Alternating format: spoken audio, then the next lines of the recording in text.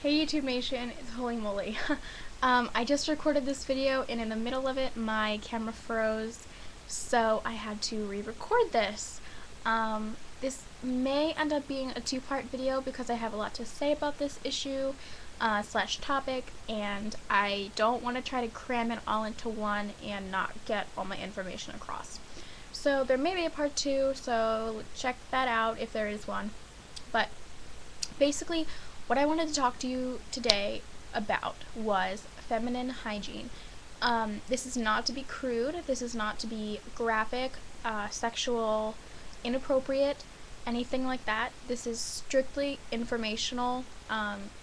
I, from experience, know that there are a lot of preteens and younger girls on YouTube that don't know the proper way to take care of yourself and are really embarrassed to ask their moms what to do.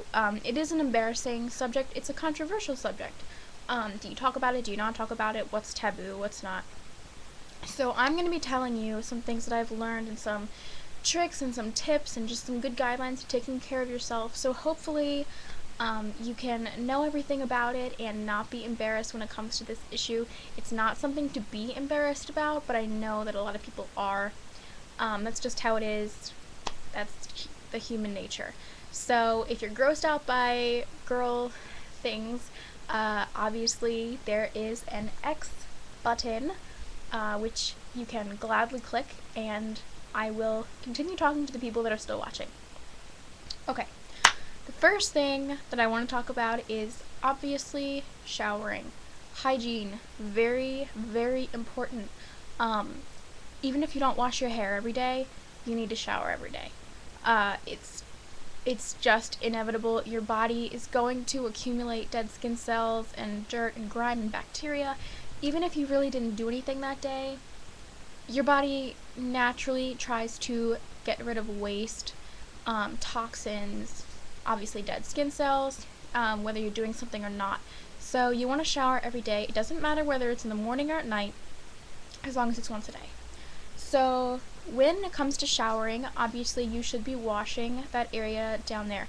Now some people don't like to use cleansers. Some people use warm water, which is fine. It's up to you, really.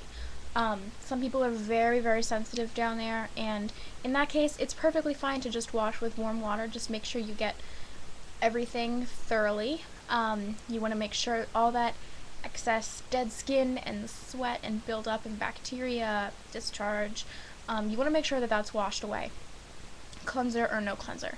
So that's the first thing. Now when it comes to finding a cleanser to wash with, don't be fooled by things like Summer's Eve. I'm sorry, Summer's Eve. I'm sure your stuff smells amazing, but fragrances are a no-no. Now there is a Summer's Eve that is fragrance free, unscented, hypoallergenic, and soap-free, which is what I would recommend. I would also recommend the Dove Sensitive Skin Unscented Body or Beauty Bar. Now I'm saying Beauty Bar instead of the body wash because the body wash says unscented, but it does have fragrance in it. So the only one that is truly fragrance-free is the Beauty Bar. That, again, is soap-free. It has a quarter moisturizer, so it's very gentle for sensitive skin. It's hypoallergenic. It's pH balanced, which is probably the most important thing. When it comes to the area down there, your body has a very specific, slightly acidic pH, and that's for a reason. The pH levels out and controls the amount of good and bad bacteria. When you use a cleanser that is not pH balanced, you tend to bring your pH down to a more basic level, and when it's down to a sort of unnatural state, your body is going to be unable to kill extra bad bacteria. You want a certain amount of good bacteria. You have a naturally acidic pH, you want to keep it that way. You don't want to use anything that's going to mess with that pH. That can lead to infection, that can lead to further odor. It's just not good. So pH balanced, get something like that.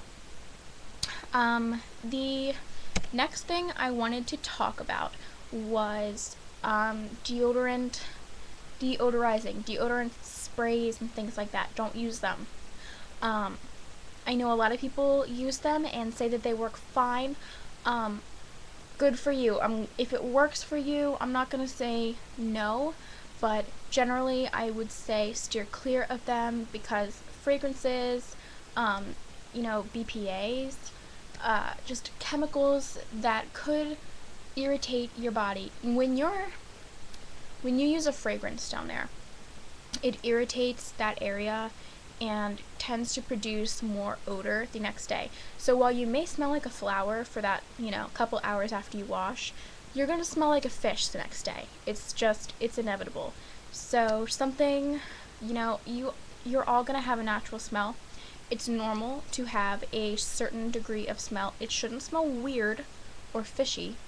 It should be neither good nor bad. So that's kind of the general guideline. You don't have to try to get completely odorless or smell like fruit, but you just want to make sure you're not fishy. Okay, so with that being said, there are a few things that are gentle, good for sensitive skin, and safe to use when it comes to deodorizing. One of them is baking soda.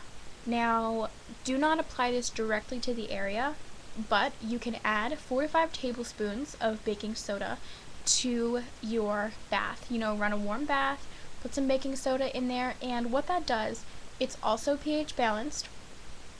It's going to deodorize, and it's also going to help if you have any sort of irritation like itching or burning. It's going to help that as well. So it's very good for deodorizing. I actually use it under my arms as a extra bit of protection, sort of as a deodorant. Arm & Hammer baking soda is great. Don't use too much. Just 4 to 5 tablespoons in a bath, and that can help kind of cleanse away any odor, bacteria, discharge, any of that without being too harsh or, abrasive. So, you can soak in that for 15 to 20 minutes, whatever you want to do, and then rinse off. The second thing that you can do is use, I don't like my hair like this, apple cider vinegar. A very small amount in your bathtub.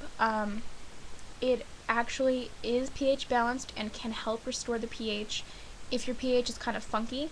I know that apple cider vinegar is also used in douches. I would not recommend douching, please don't. But you can use a little bit of it in your bathtub, and also if you've just gotten off your period, it's really good to kind of get any kind of dried up old blood. I know that sounds disgusting, but it happens. It's very good to cleanse that area without actually douching. So put a little bit of that in your bathtub and kind of soak in it. I would recommend, washing yourself afterwards unless you like the smell of apple cider vinegar, but it's very good for sensitive skin. So that is part 1. I don't think I'm going to have enough time to say everything I need to say in one part, so get ready for part 2, I guess. I will talk to you guys in just a minute. Okay, bye.